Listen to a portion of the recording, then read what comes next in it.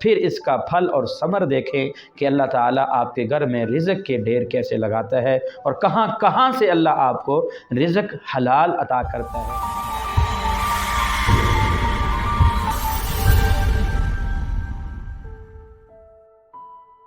معزز سامعین و ناظرین، السلام علیکم ورحمۃ اللہ وبرکاتہ۔ میں عامل حضرت مولانا قاری محمد فاروق عرض کر رہا ہوں۔ آج ہم آپ کو ایک ایسا فقر و فاقہ سے بچنے کا نبوی طریقہ بتائیں گے۔ صحابہ کرام رضی اللہ تعالیٰ عنہم اجمعین کا ایمان اور یقین ایسا تھا، قربان جائیے ان کو، کہ جو آپ صلی اللہ علیہ وسلم سے نکلے ہوئے زبان اطہر سے الفشادات تھے، انہیں اتنا کامل اعتماد اور اعتقاد تھا کہ تمام دنیا کو آپ صلی اللہ علیہ وسلم کے ایک ارشاد مبارک پر قربان کرنے کو وہ تیار رہتے تھے۔ صحابہ کرام میں سے چند ایک شخصوں کے علاوہ، چند ایک آدمیوں کے علاوہ باقی جتنی بھی جماعت تھی اکثریت غریب تھے، لیکن انہیں مال کمانے سے زیادہ دین سیکھنے اور پھیلانے کا شوق تھا۔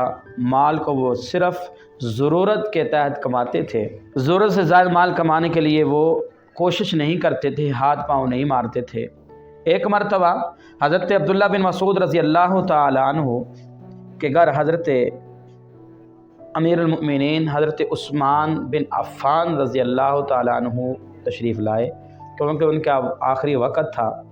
مرض ایسا لگا کہ اب آخری وقت ہے، ملنے کے لیے تشریف لائے اور 1,00,000 درہم ان کی خدمت میں پیش کیے۔ حضرت عبداللہ بن مسعود رضی اللہ تعالیٰ عنہ فرمایا کہ ہمیں اس کی ضرورت نہیں ہے۔ تو حضرت عثمان بن عفان رضی اللہ عنہ کہنے لگے کہ اگر آپ کو اس کی ضرورت نہیں تو یہ آپ کی بچیوں کے لیے دے رہا ہوں کہ آپ کے بعد آپ کی بچیوں کو کوئی وارث نہیں ہے، لہذا تمہاری بچیاں اس کو استعمال کر لیں گی۔ حضرت عبداللہ بن مسعود رضی اللہ تعالیٰ عنہ فرمائے مجھے اس چیز کا ڈر نہیں ہے۔ کیوں؟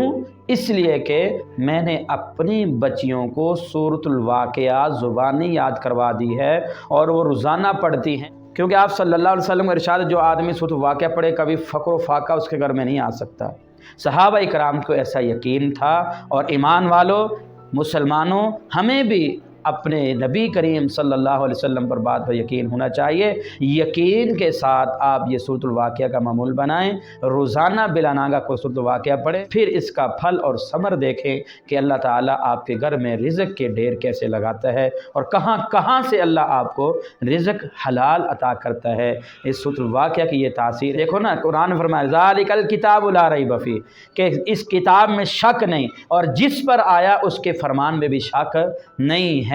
جو شک کرتا ہے وہ مسلمان نہیں۔ وعلی اللہ فلیتوکل المؤمنون، مسلمانوں کو، ایمان والوں کو چاہیے وہ بھروسہ اللہ پر رکھتے ہیں، لہٰذا اللہ پر یقین اور اعتقاد رکھ کے روزانہ بلا ناگہ سورۃ الواقعہ پڑھیں تو انشاءاللہ آپ کے گھر میں کبھی فقر و فاقہ نہیں آئے گا۔ السلام علیکم ورحمۃ اللہ وبرکاتہ۔